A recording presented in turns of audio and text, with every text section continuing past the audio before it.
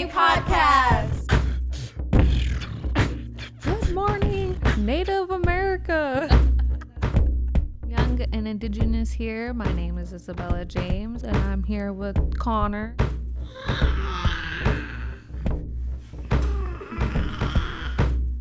Take it, Bae. All right, I'm Bae. Just kidding. My name's Michelle Pulaski, and I am 20 years old. Yay Podcast stands for Young and Indigenous, and that's who we are. We are doing this for our community members. We are trying to build bridges by bringing people together to share their concerns, stories, love, ideas, and more. But it is also for those people who are outside of our community who would like to learn more about us as Indigenous people from our podcast episodes.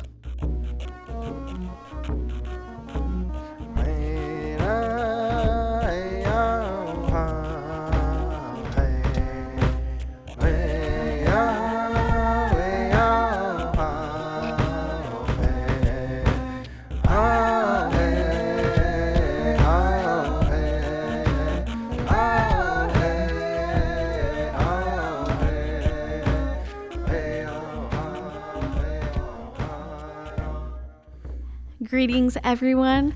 My name is Kyla Pulaski. I am an enrolled Lummi Tribal member, and my Indian name is Clemwisowit.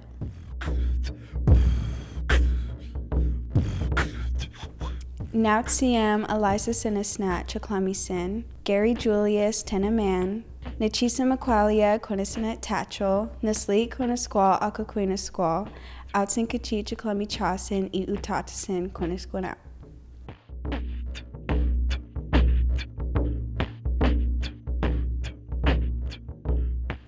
We are recording Young and Indigenous here in the homeland of the Lummi Nation.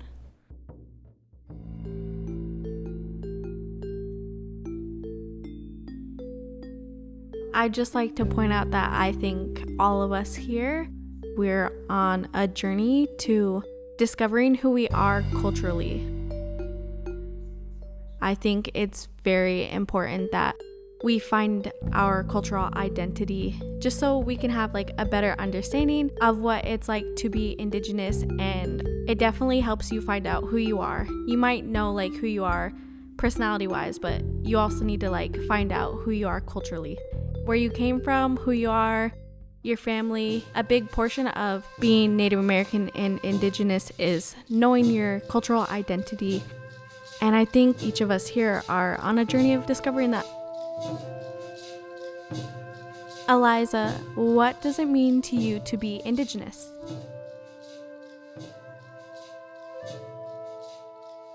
To me, being Indigenous means that not only you are culturally active, but you have spiritual beliefs. I feel like being Indigenous is when you are connected with your own people and your tribe, and you are grateful for what you have, and you know the way of Native American life. That's what it means to me. We are here open and willing to learn. We want to learn about the culture, the language, and we want to know more about what it feels like to be Indigenous. And we are turning to the community, we are turning to Native students, and we are asking what it means to them to be Indigenous. This topic is such a hard question to answer because it's so huge. Like, there are so many different answers, and these other people will have their own unique answers as to how it connects to their life personally.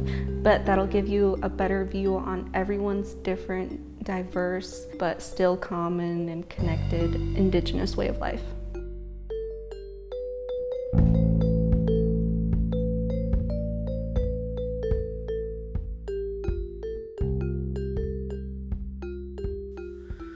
You know, to be Indigenous, I have to go back 60 years, okay? I grew up, lived in the fishing village here on the Nooksack River. If I look back in that moment in time, my life was predetermined. I had no free will. So my name is Timothy Ballew Jr. I come from the Balt Celestine family on the female side, which originally came from Squim, the peninsula. On the male side, I come from the Solomon Ballew family. If you can imagine being on a fishing boat when you're 5 years old with your father, grandfather, it was kind of predetermined who I should be. But in the same breath, at that moment in time, our elders, when I say elders, these people were 80 years old, 90 years old. These elders here in our families identified our gift as an Indigenous person or a person in our family. And they helped each one of us refine our gift, who we are and what we're supposed to be in family.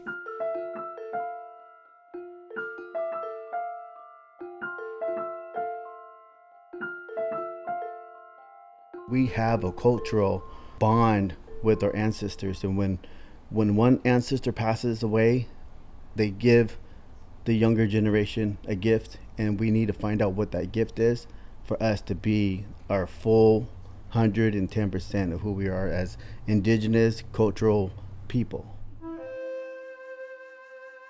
Native Americans have an identity that we're born with, and everybody calls it your spirit, call it whatever you want, but when you see a child and you say, oh, that they're doing the same thing like my mother used to do. They're fishermen by heart. They're carvers by heart. They're sun dancers. And it's because we have our own identity as a nation and as individual people. If you don't find identity, you're going to find it somewhere else.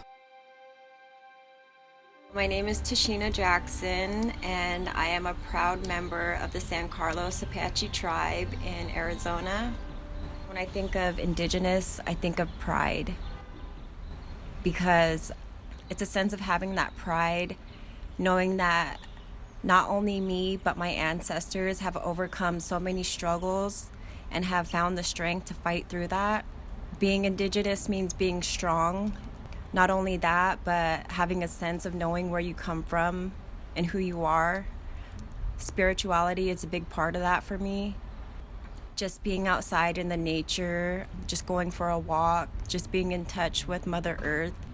It's a very strong feeling, and it makes me feel proud to know that not only me, but like I said, my ancestors before me have overcome so many things and have become triumphant over struggles in their lives. And if I have anything going on in my life today, I try to remember that and know that I have the strength within me and a long bloodline of strength before me to help me get through it.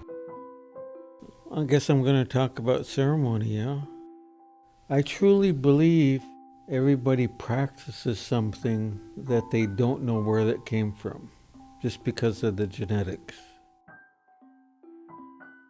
Not everybody's going to be a drummer. Not everybody's going to be a singer. Not everybody's going to be a dancer. There's more to it than all of those things. Not everybody's going to be a warrior, yeah? That warrior that's going to protect our community. It was almost a society, yeah? And not everybody can be part of that society because we have to rely on other people in the community. Who's going to drum for us if everybody's going to dance? Who's going to sing for us if we're all out there dancing? Do we dance when we're singing? I truly believe that we practice things even though we don't know it. That's part of who we are. I feel like being Indigenous means protecting the language and culture and preserving it. Whether that means like just passing down the origin story or taking the time to learn your values and passing those on to your children. Being Indigenous means family to me. If we don't understand our family, if we don't understand our role, are we like the European process? Is that a definition of colonization? So, that's kind of a very short version of what I think happened to me 60 years ago. My name is Keith Jefferson. I'm originally from Canada, Vancouver. but I moved here about 15 years ago. I carry my culture with a lot of pride. My language, my songs, the dances are something I've carried close to me ever since my first breath of life, basically. It's been embedded to me because I was raised in the womb of my mother, and she's been going through this as well. My parents took me travel to a lot of places and showed me a lot of great things that I'm very thankful for, because now I have a lot of knowledge of sense of what to do and direction where to go. It's been carried me on through life a lot, I would say. It's really, really good. Being Indigenous or being Lummi or Swinomish or Colville, or no matter where we come from, the songs represent something very strong of who we are and what the true gift of the song is. And I'm not so sure we talk about these things today to the general population in Indian country. We do as a family, and it's important for us to continue to pass these things on to children and grandchildren. And I try to dedicate time to my grandkids of really who we are and where we come from. Being Indigenous is being one with the land and also in harmony. I was taught very early on, we lived in a very traditional manner. So you're a spiritual being. You're not just a youngest son of 10. You're not just a father, grandfather, brother, son. You are a spiritual being living in harmony with nature. I grew up on the water. I understand what the water is. I understand the importance of the natural world. Our father and grandfather, well, my grandfather woke me up at 4 o'clock every morning, had breakfast. He would row out to Bellingham Bay, wouldn't use the motor. By the time we made it out to the fishing ground, it was daylight.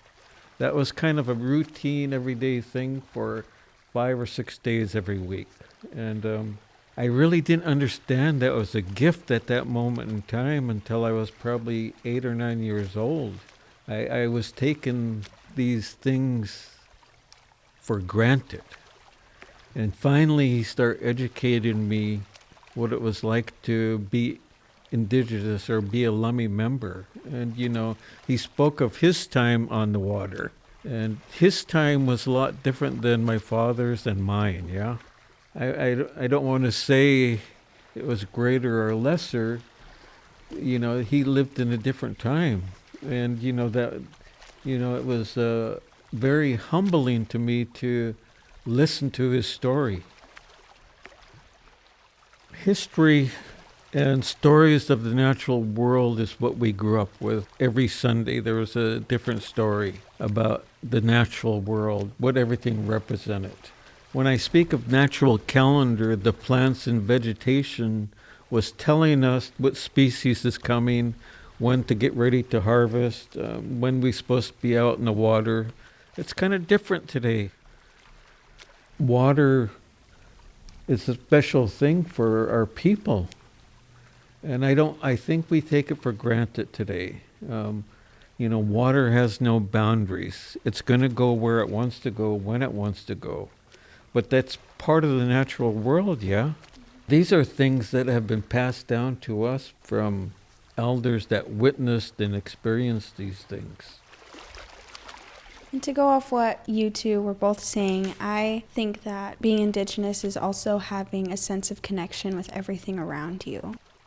We really appreciate the water and everything that it does for us and provides for us. And we have our own salmon ceremonies just to show how thankful we are for Mother Earth giving us salmon and everything in the water. Yeah, like what you said earlier, we're grateful.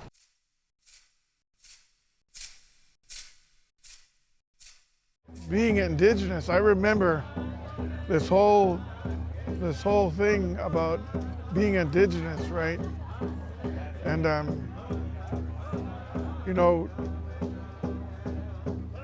Indigenous people all over the world, they call the earth their mother. That's the way they understand it. They have this connection to their mother earth. If you go to Australia, to Africa, the indigenous people talk about the earth. For us, when you're born, we take the afterbirth. The mother takes it and buries it in the ground, putting back into the ground and tying us to the territory, the land which we come from. And when we die, they used to put us in the trees and our flesh would come down, and the grass and that grows from our ancestors. And so when we're looking at the ground, we see our ancestors there looking at us. Joseph Ballew Jr. Tsanitsnam, Cecilia Gatnatsa Natan, Quoqualts Naman, Atsan Kachik, Komichasan, Chuck Lemison. Hi, my name is Joseph Ballew Jr. My parents are Trina and Joseph Ballew Sr. I don't know the Lummi language all that well. I'm still learning, and I'm from the Lummi Nation, and I also come from the village of Heidelberg. To be Indigenous, to me, means to have reciprocity with the land, air, and water, because for where I come from, there's a lot of natural and supernatural beings that come from the land, air, and water. So there's always going to be that respect.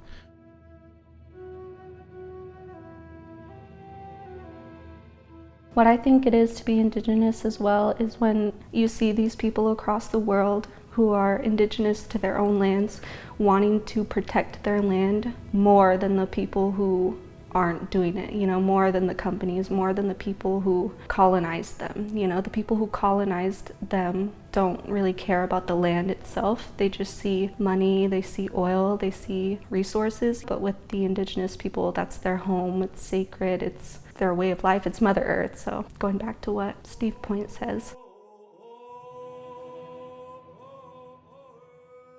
To be Indigenous to me also means to stand in solidarity with Wet'suwet'en as the RCMP is invading their homeland and illegally arresting land defenders. Being Indigenous to me also means to understand that America and Canada are unethical and genocidal. For example, America has spent trillions of dollars on warfare, where there's no money being spent on finding our missing, murdered Indigenous women, girls, trans, and Two-Spirit people.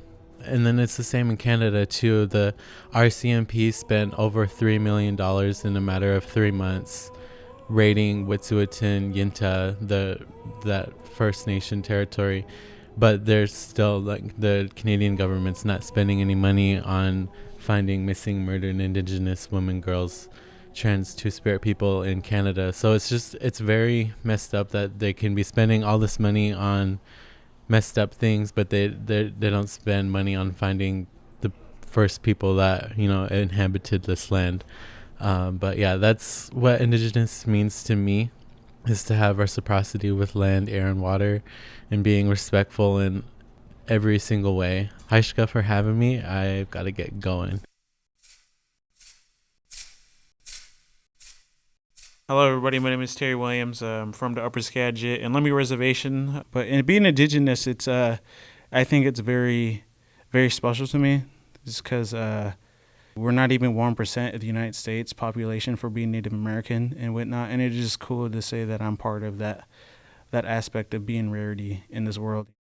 When I come to Lummi, I can feel home, I feel like a lot of places don't have this type of view, when it's summertime, that type of view that you get on Lummi Shore or on the other side of Lummi. It's just very beautiful here. And it's just you have a strong connection here for some reason. I feel like a lot of people who are from different tribes can say that you get a strong connection here. It just feels safe, and it's very loving here, I'd say.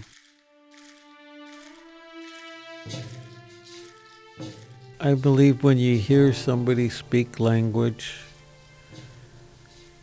deep down inside us, we understand what they're saying, how they're speaking to the community or a group of people. You can feel that oral speaking of what they're saying, even though we may not know what they're saying at that moment in time, but I think we understand that.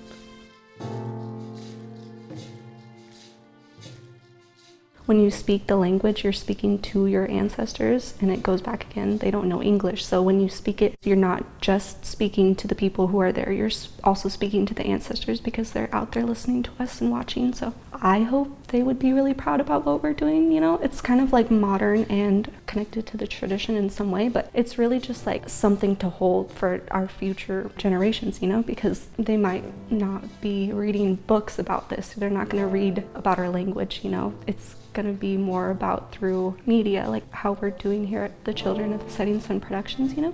Create, share, educate. I think it's totally okay that maybe we don't know as much about the culture than other people our age, because we did go to a primarily white school, so we weren't exposed to learning as much as the language or culture, but we are here today, open and willing to learn, and I think it's okay to learn later on in life. I think it's great that we're trying to learn.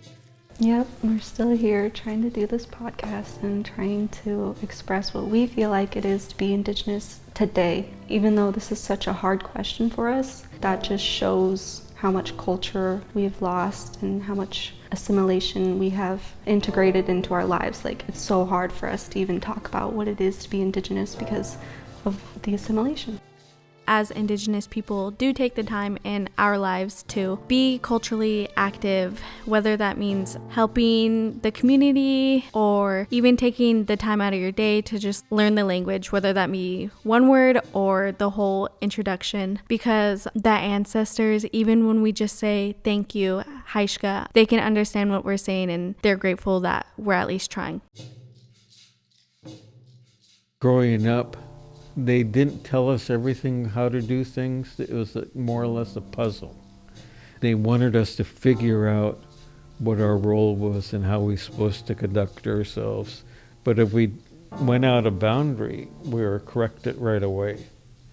Sometimes corrected in public. And, is that a good thing? I think so. That's where family and community really comes. I truly believe that no matter who lives in this community with Lakhtamish people or growing up here, they all should have a community service goal. Make that small sacrifice and do something for the community or families. We need to still continue to go sit with elders in our community. If we don't, what really happens? I was told everything you want to learn about who you are, you have to go out and sacrifice time to go sit with these people. They'll share with you really what has taken place in their lifetime and my lifetime. What it means to be Indigenous to me, a lot of our elders say to practice your culture, practice your language, go out and help your people, Growing up, they've always said to me, go to school and bring it back to your people. That's what I've always lived by, Growing up, I didn't really have my parents to show me my cultural ways, so my grandparents did. And I was actually really thankful for that, because if I didn't, I don't think I would have even been connected with those ways.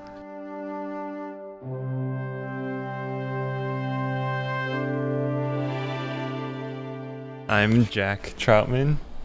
I guess I just feel it's have complicated feelings about it. I grew up, in Seattle. I mean, I was kind of maybe abstractly proud to be Indigenous, but it was hard because I didn't really know that many Indigenous people that lived near me, except maybe my mom. So it was also kind of isolating, and sometimes it was easier just to try and push it away, but that probably hurt me some too growing up. So I just am trying to always figure out the best way for me to be.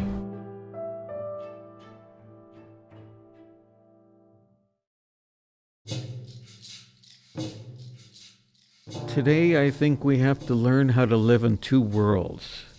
the world that we really came from, Indigenous people, Indigenous families, and understand the outside world. Do we have to really abide by the rules from Whatcom County, state of Washington, the U.S. government? But in the same breath, in the 1800s, a federal judge defined Native Americans as sovereign people. We have to remember that. More importantly, the federal government utilized the Six Nations in the northeast coast. They took their program and developed it into the U.S. Constitution. So they utilized the Native American way of life, yeah. Those are really great things that we need to be proud of the history of who we are as Indigenous people. More importantly, family. Family to me is slowly separating, maybe colonization, I don't know.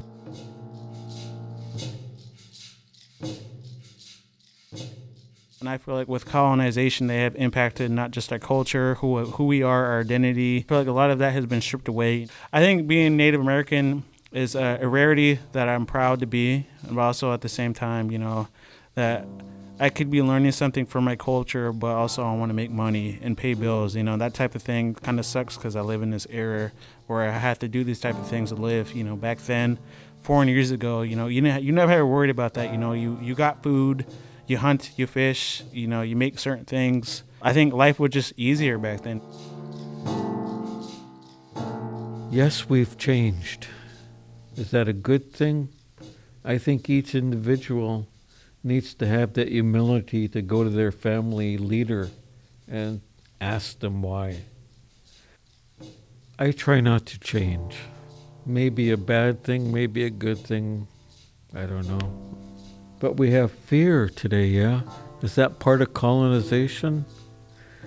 Or is it defining that we're not living the way we're supposed to live? I'm still learning as an individual, as a family member from this community. However, everything I've learned so far, I pass it down to my 2 grandchildren, who they are, what they represent, and understanding their true gift as an individual. That spirit that they possess is a great thing.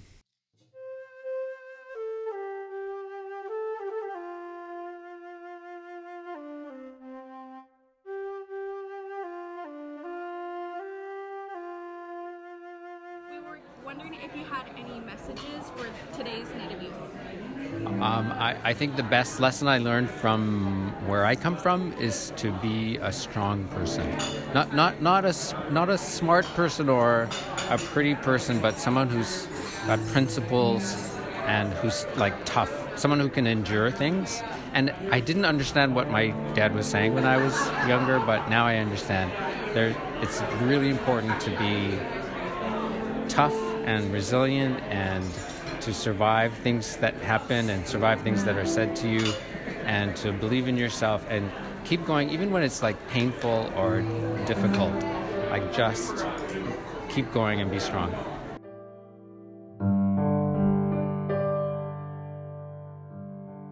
Osiam Nachalachasiam Khalitia Tamraslain Sanasnat. I am the granddaughter of Swelus and Sunitna, Vernon and Nancy Lane. And what would I say to our future leaders, our leaders in training, ancestors in training? Just like Grandpa and Grandma would always push us out into the floor and tell us, even if you don't know what to say, speak from your heart and say what you're grateful for, because this life is beautiful and brutal. And we all go through life and death and loss and struggles. But if we have gratitude in our heart for all those things, then that translates to strength, and you can overcome adversity knowing that your ancestors are there and they got your back. Speak from your heart, be true to who you are, and always remember where you come from and carry your culture with you. I would encourage encourage everybody to really dig deep into your roots and find out exactly who you are and where you come from, and carry on those traditions, because they're dying out. A lot of people don't speak their native language, and it's a sad thing. Like, I think we just need to encourage the youth to know who they are, know their traditions, know their culture, so they can carry that on so it doesn't die out. Native youth, I mean, it's so hard to live into what it is today. I'm from an older generation where there's no cell phones and there's no technology that's so demanding to this day. And what I tell my own children is we're known as the keepers of this land.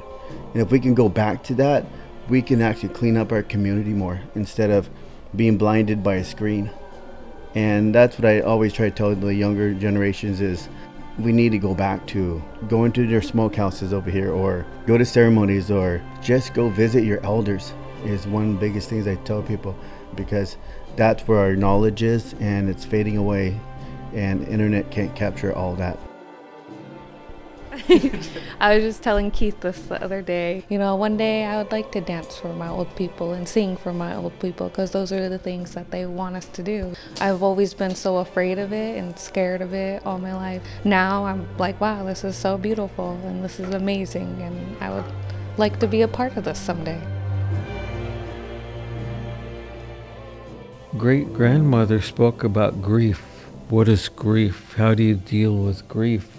Is it part of our culture? Is it part of our learning process? Yes, it was back then. Is it still today? I'm not so sure. I don't think so. I'm going to be very bold and say I don't think so. A lot of our youth, they struggle with identifying where their struggles come from or where their hurts or pains come from. And so my biggest advice is to ask for answers when you have the questions about what you're feeling and how you're feeling about anything, so that you know where you're at, so you can start your road of healing, or your road to whatever path Creator has for you. It starts with you being able to identify the hurts or the harms or traumas in yourself, and living in healing from there on.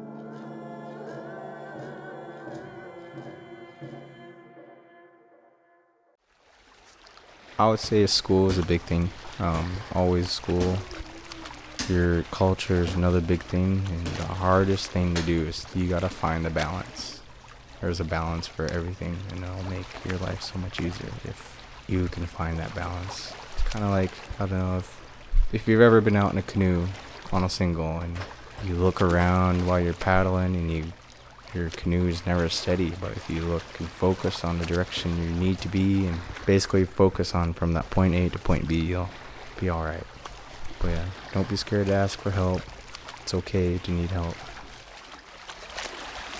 I would say know yourself, love yourself, always pick your friends wisely. Everybody has friends, but I chose the right ones, and the ones I knew who did bad things. I never kept around too long, because, I don't want to be that type of person who's 15 getting drunk or getting high, because I'm not going to get anywhere in life. Just try to do your best to express yourself. Ask for help, because I feel like that's always hard to do, is ask for help. I tell them that it's okay, and that feeling isolated it's hard to forge a connection, but it's worth it. Well, I don't know if I'm the best person to give advice. I think I made just about every mistake I could as a youth, but I think that would be my advice, is mistakes are human. We live in our heads, we think about the past and the future, and that's just very human and very normal. Just do your best you can to grow from your experiences for the better. Find your identity, and then that's when you'll stop doing the drugs and alcohol. That's when you'll stop being in bad relationships. That's when you'll stop trying to find that false familyhood. Once I found my identity, that's when I became this person. This is how I became Coach. And so I kind of want to spread out on helping people find their identity.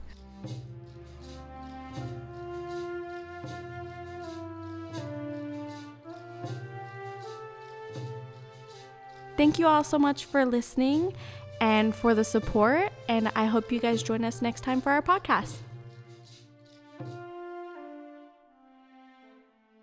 Yay Podcast is produced by Kyla Pulaski, Michelle Pulaski, Eliza Julius, Isabella James, Ellie Smith, Mark Nichols, and Daryl Hilaire. Branding done by Beau Garreau, and we would also like to thank our other team members, John Carroll and Natasha Fry, for their additional support. Our hands also go up to Dr. Evan Adams, Temris Lane, Jeb Hobbs, Jack Troutman, and Tanisha Jackson for sharing their advice. And we would also like to thank the Northwest Indian College staff and students for sharing their good words.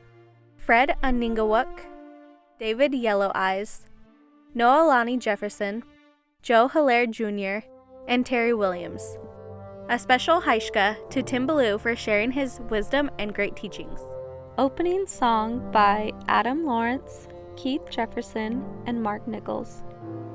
Original music by Antone George Family and Mark Nichols. Other original songs by the Yay Podcast team. We would like to thank the Slacktimus Foundation, Potlatch Foundation, and the First Nations Development Institute.